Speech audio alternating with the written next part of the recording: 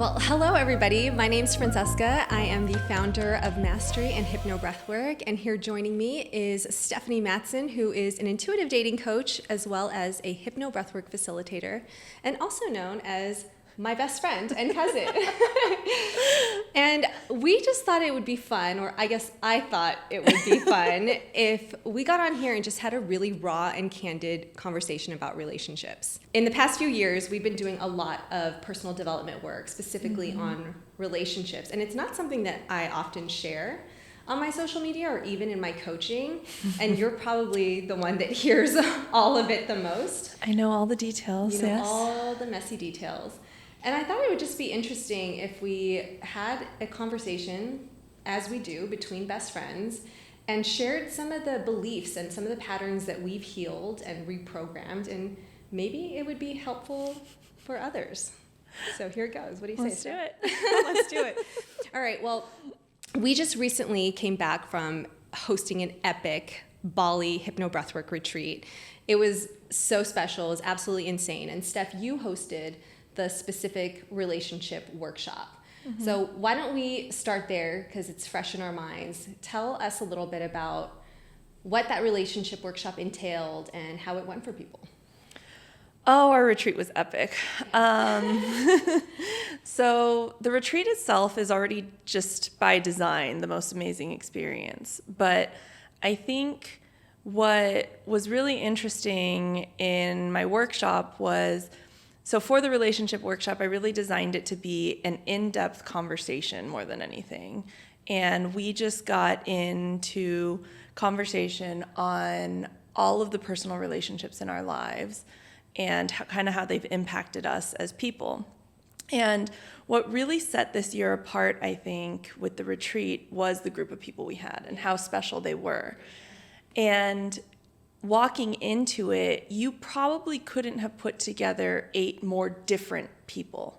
Totally. Like 8 strangers come together. I mean, not all strangers, I guess, but 8 people from very different backgrounds, all different walks of life, to come together, think that they're completely different, and then you start talking relationships and you realize you're facing your mirror. Like everyone has a parallel story. Everyone has a similarity.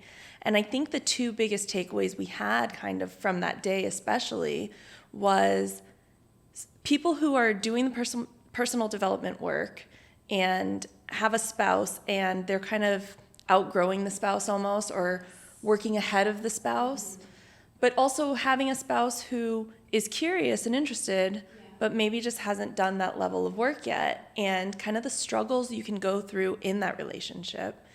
And I think it kind of couples with the other common theme of being able to love someone for where they are now and today.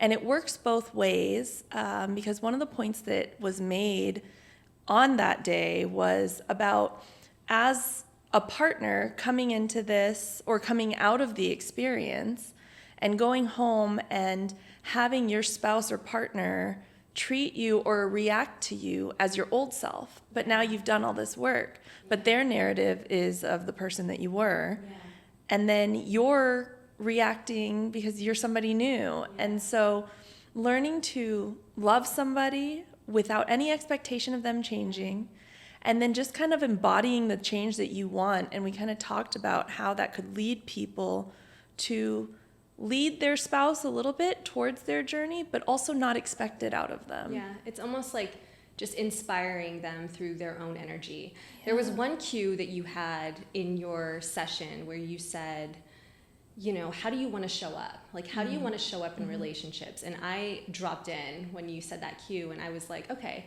I can see the higher version of myself and the type of woman I want to be, more in my feminine, softer, more gentle.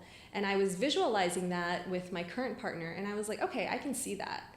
But then I started to try to bring in different scenarios of when I get triggered, you know, when I'm defensive and when he doesn't make me feel wanted. And I was like, can I be that same woman in the moments where my wounds are activated? Yeah. And it was a really cool exercise to start to put myself in that scenario and then visualize myself behaving differently, because it was almost the first time I ever introduced a different response. And then I got home last week And I put it into practice, and it was quite nice. It was like, okay, now I'm not shaming myself for having this big emotional reaction because I'm feeling the change being made because I practiced it in my subconscious first, you know? So that was really cool. So the retreat was awesome, but just to give people a little bit of background knowledge, can you just talk to us a little bit about what hypnobreathwork actually is and how it can help people in relationship? Yeah, absolutely. So Hypnobreathwork is a very powerful tool we use, and we use breathwork to bring your subconscious beliefs to the surface, and then elements of hypnosis to reprogram those beliefs. And then we add this element of intuitive action that follows the visioning, if you will. And so it's really getting you to a place to take action that is in alignment for you to get to a place of sustainable change and to really shift where you are to where you want to be. And one of the biggest pieces of that and what we've discovered on our own journeys is it gets you to a soulful action. Absolutely. Because I think so many of us women are quick to run. I know I am. We're avoidant, we're defensive, and we think this feels so familiar and this is the path I'm going to go down. This is my pattern. But then you go into breath and it's like, no, stick it out. No, have the tough conversation. No, set your boundary. Oh, absolutely. And I mean, that is where hypnobreathwork takes you specifically, right? It's getting you into a place of how you really feel from a soul's perspective as opposed to your ego, and quieting out all that noise, your immediate response to things when somebody asks you a question consciously, as opposed to when you're dropped in. It's very different. Your triggers are different. The root cause of your trigger is different. Like when you're talking about it in the moment, you're thinking of right now and what made me feel this way. But when you're in a session, it's like, oh, this is tied to this, which is tied to this, which is tied to my childhood, and and oh, I'm mad at him for XYZ that he did 6 months ago, as opposed to reacting to what's currently happening. I can't tell you how many times since I've been in this relationship, and I guess it's been 4 years now that I've been in a more, healthy, conscious relationship, but it's still my pattern when things get tough or they get uncomfortable or they're not fun for a season that I'm like, oh, I don't think that this is right. I think maybe I need to leave. That's still kind of my default response. And then I'll do one of your sessions, like I'll do the intuitive dating session on Mastry, and it's like, stay, like be vulnerable, tell him what's on your heart. And I'm so lucky to have a partner who wants to hear me and wants to understand and wants to make me feel loved and make me feel seen. But it's also on me to communicate when I don't have it and I don't go into my hyper independent, woman mode. Right. So can you tell us like some of the beliefs or patterns that you've personally debunked through this work? Ooh, how much time do we have? So I think one pattern that I definitely had to overcome in doing this work myself was I spent all of my 20s in relationships, as you know, and coming out of those relationships and really doing a lot of work on myself, what I realized was I kind of had this subconscious internal belief that love meant suffering and sacrifice. And it was like, unless one person was feeling like shit and just in the ick and what have you, like it just meant you didn't love each other enough, because love meant writing it out and putting your needs aside and putting that person first. And when I started doing a lot of this work, I learned, how much of myself I was giving away in those experiences and those relationships. And then to come out of it, it was really interesting to watch how I could put that into practice of, as I started dating again, and to not put the other person's first, but kind of be a little bit more selfish. But then it was also interesting because then in my, yes year or single years, then I kind of went to I love a good yes year, just to throw it out. Yeah, and I had a couple of them. I might still be in one. But in that phase, I kind of went to the opposite end of the spectrum, and I was like, okay, I'm just going to focus on me. And I think it led me from, maybe in my relationship history when I was younger, I had a little bit more of an anxious attachment style. And then when I became single, I kind of went into the avoidant a little bit, because I was like, oh, no. Like, I mean, as well as anybody, like one of the first guys that I started dating when I became single, great guy, showed up knew what he wanted, was not the space I was in though. And you could say I was a little bit avoidant, but part of it was putting into practice my new boundaries. And another thing that I had to overcome was learning how to speak up and use my voice more, especially in relationship, and knowing that I could speak my truth and it didn't matter if it was going to rock the boat, or if I could just be honest with the person, it was okay, and it could come out in a compassionate way. It didn't have to make them defensive. It didn't have to mean we were going to break up or whatever, but just learning how to speak up and have those uncomfortable conversations more. Yeah, you've grown so much in that area. It's wild. I mean, I think, before, when we would have these conversations, the biggest block I saw that you had was you just had like this endless level of tolerance. And a lot of that came from your dad, and seeing how he really showed up, and it was really a part of that sacrifice. And then you kind of swung to the other side. I still consider that one that got away, but there will be many more. Happily married with a child now, I think. So he was a good guy, though. He's good. He was good. Yeah. When I think about this, and I think about how much work we've done and how much we've like matured over the years, but then I think back on some of the people we dated. It's embarrassing. It's so embarrassing. Bad. It's really embarrassing. No, it was so bad. Okay, let's just go there. Okay, you On describe. camera. Well, yeah, we're gonna go there. Don't say names because that's really bad. But let's paint the picture for everyone of how you can describe my past relationships, like my least favorite boyfriend, your least favorite boyfriend of mine. Okay. And what that relationship was like. That's tough because there's so many. That's tough to pick. There were a couple of zingers in there. Okay. So, I don't know. It's kind of a type. But there's one that comes out the front runner, I think. And I think for you, one of the things that you were attracting back then, or kind of in this time period, was you dated some like really manipulative gaslighters, and I don't use that term loosely, but this was like true manipulation. And for someone to take the characteristics of yourself, maybe that you don't always love, or maybe things that you need to work on even, but to use them against you and make it seem so much worse, or make it seem like you're crazy because they're cheating on you, or whatever it would have been.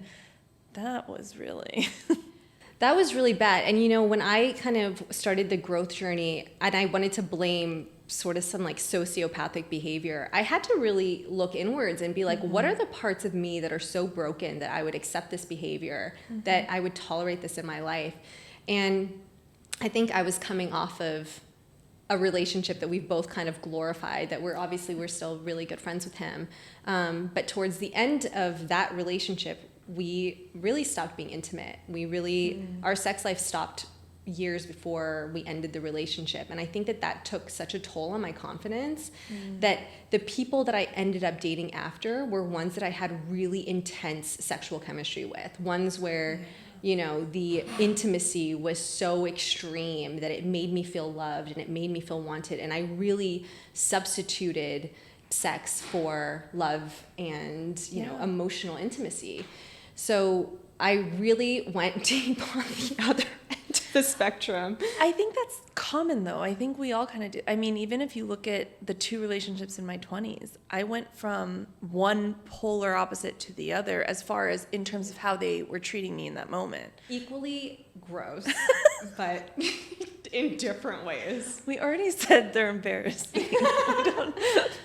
Yeah, but this is something, so we both went to a seminar by a man named Kute Blackson. Oh my God. You literally dragged me there. Guru. Yeah, but you actually did drag me there. Yeah. It was called the Man Breakthrough Weekend. And I remember it was almost like the first thing he said. He was like, he's not your type. He's a familiar energy of your past. Yeah. And I was like, whoa, what? And I was like, holy shit. I really seek out partners who give me that same feeling of emotional unavailability, where I try to prove myself for their love or for their validation. And when we did that workshop with him, there was a lot of hypnosis, there was a lot of meditation, observing your patterns, and healing a lot of the past, healing your relationship with your mom, healing your relationship with your dad, and then truly attracting something new, truly attracting something different. And you did. And I did. It worked. It worked, but it's still an ongoing. It was a slow play. It was a slow. Yeah. You had to be drugged through it a little bit or pulled in that direction. Okay, so now, still, because we know that it's all layered, it's an evolving process. What would you say my biggest block is in relationship now? Your biggest block in relationship. I think that what's common for a lot of like alpha female types, maybe, and someone who's so driven, and I mean, you created an app called Mastry about mastering your life, is to think that love or relationship is going to take away from your purpose or what you were put here to do. And it's definitely a masculine energy to carry, right? Because the masculine is all about purpose, the feminine is about love. And if you were to lean into the femininity more, even, it's realizing that a healthy love, and I'll put it healthy love, is only going to add to your life. Yeah. As people, we are put here to love one another, to be loved. We are driven by love. If you lack that in your life, you are not going to make it as far as you want to in your career either. I'm sorry, you just won't. No. You'll end up either unhappy or sick or something, and that's my true belief, because I believe in love more than anybody, you know this, but I believe that when things are going well in that part of your life, there's a different energy that you carry, and there's going to be a different energy you have in your business. And when things aren't going so well in your relationship, say you're fighting with your partner, or you're just hell-bent on not being in relationship and being alone and solely focused on this, like, you're not supposed to live in isolation like that. So you're not going to be as good of a leader. You're not going to be able to be compassionate with your employees. Like, it's going to be so self-centered and just tunnel vision. And all it's going to do is add to your life, because a healthy partner, is going to be there to support you. They're going to help drive you. And, maybe if they're a little bit different than you, they're going to get you to see different perspectives. There's going to be value added. But I think often some people think that it's going to take away from the time and energy you can spend on your business. Yeah. But a healthy love doesn't drain your energy. Yeah. It adds to it. It elevates you. Yeah, I know I've definitely struggled with that, especially when the startup launched and I was super tunnel vision and didn't want to give any sort of presence to anything else. But I think what I've seen, because Steve has been so healing for me, is he really does fuel me. When things are good at home and he's just so grounding and he's so supportive, it actually gives me more energy. Exactly. It actually allows me to focus and have this kind of creative inspiration. And he's such an empathetic and understanding human that he teaches me a lot about compassion. Because I can't wait for Steve to watch this. Shout out to my man. Yeah, it's definitely something I'm working on. I would say that the block I still feel, and we've talked about this a few times, is, for you, love was sacrifice. For me, love just doesn't feel safe, because my past or my example with love is when you have it and you feel it and things are great, it gets taken away immediately.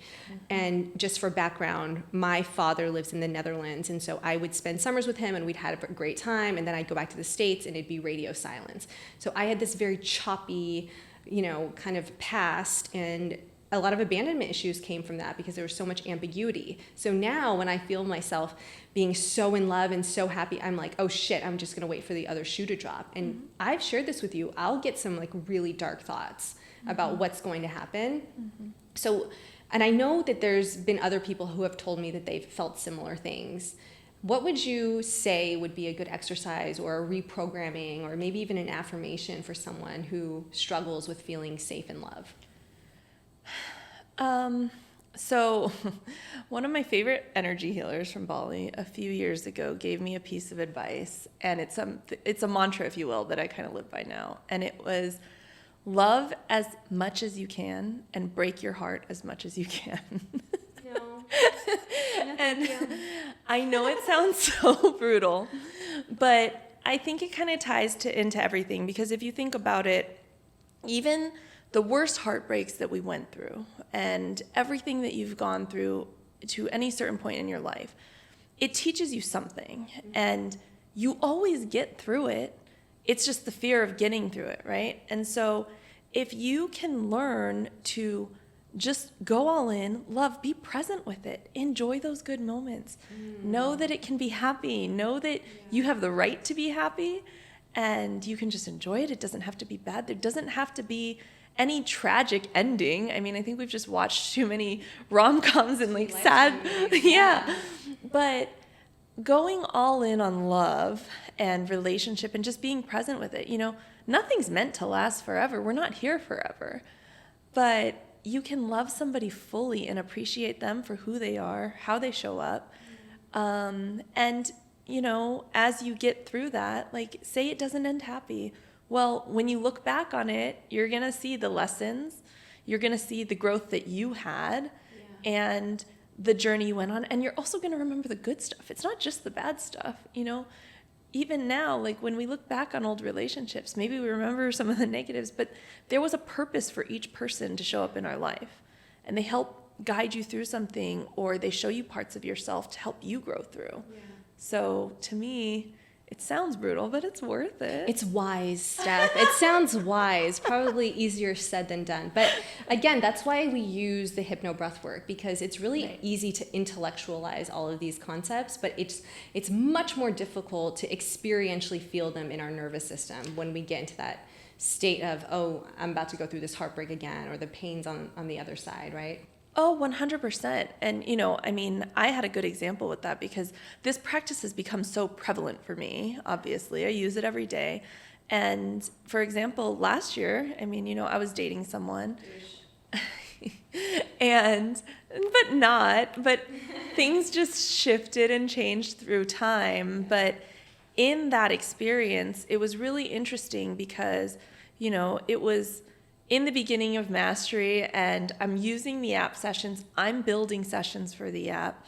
And within that space, every session that I put out, I had to practice on myself. Mm-hmm. So if I'm going to do an intuitive dating session and put it out to everybody, I have to do it first, right?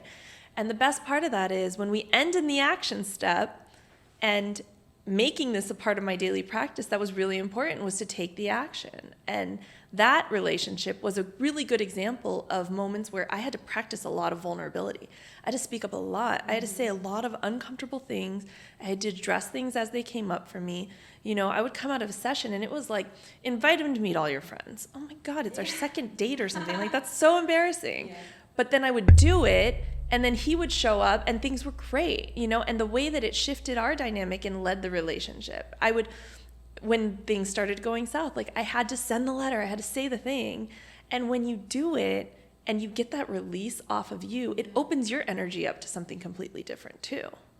Yeah, it really does. And I think that's, maybe we can sort of end on this note with our one biggest piece of knowledge or advice or wisdom that we could share with those people who are listening that know that they're in a pattern that needs to be broken and want to move towards a healthy, conscious relationship.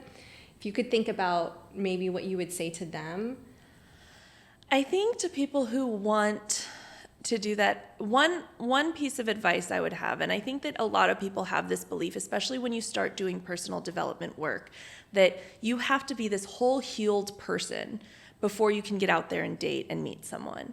And that's just not true, because it's not until you're triggered by someone that you're really going to see what patterns you're evolving through, what boundaries you're keeping, what promises you're keeping to yourself.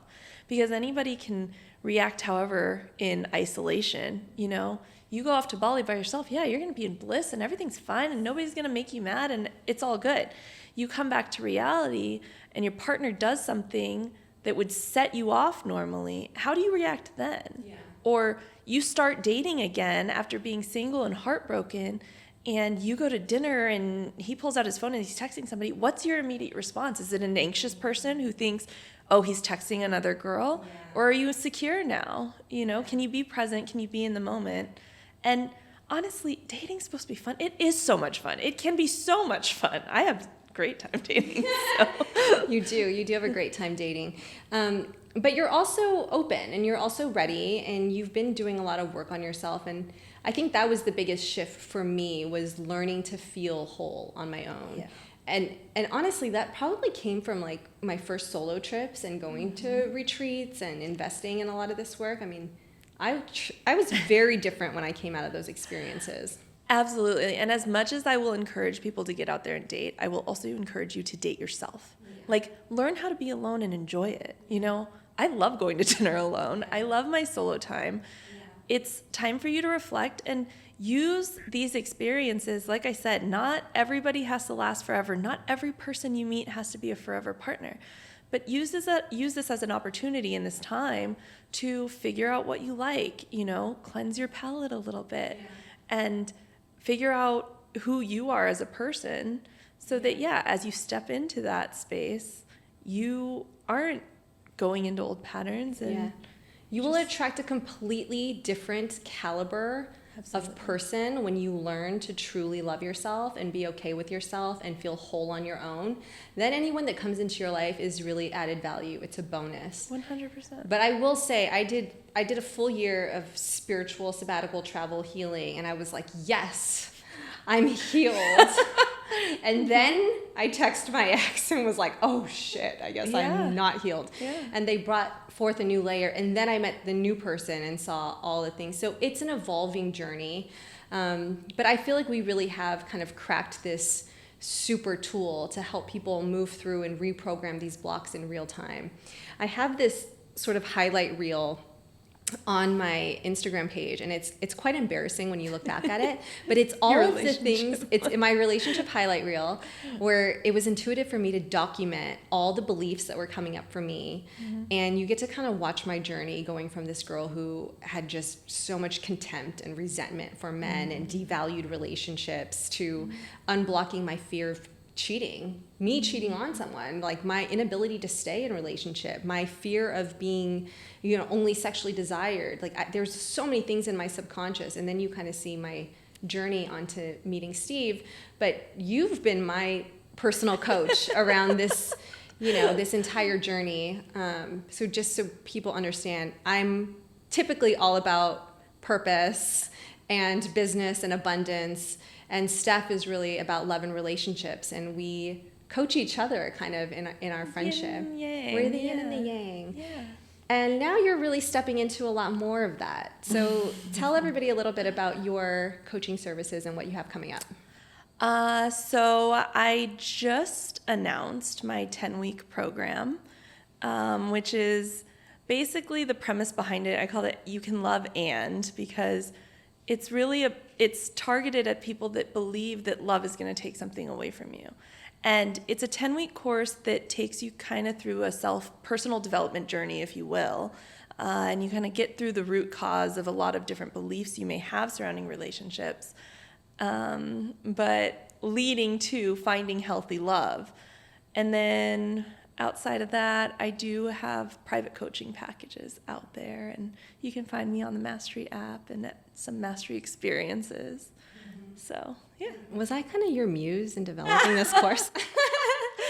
I mean, maybe. It came through breath the whole 10 weeks last year in Bali. That's how we create. That's how we do it. Yeah. Awesome. Well, you can find Steph on Instagram, and it's at Steph Madson. Is that right? At S. Madson, yeah. At S. Madson. Check her out. Send her a DM if you would like to be coached on your love journey, or check out her 10-week course. Thanks for listening, you guys. Thanks.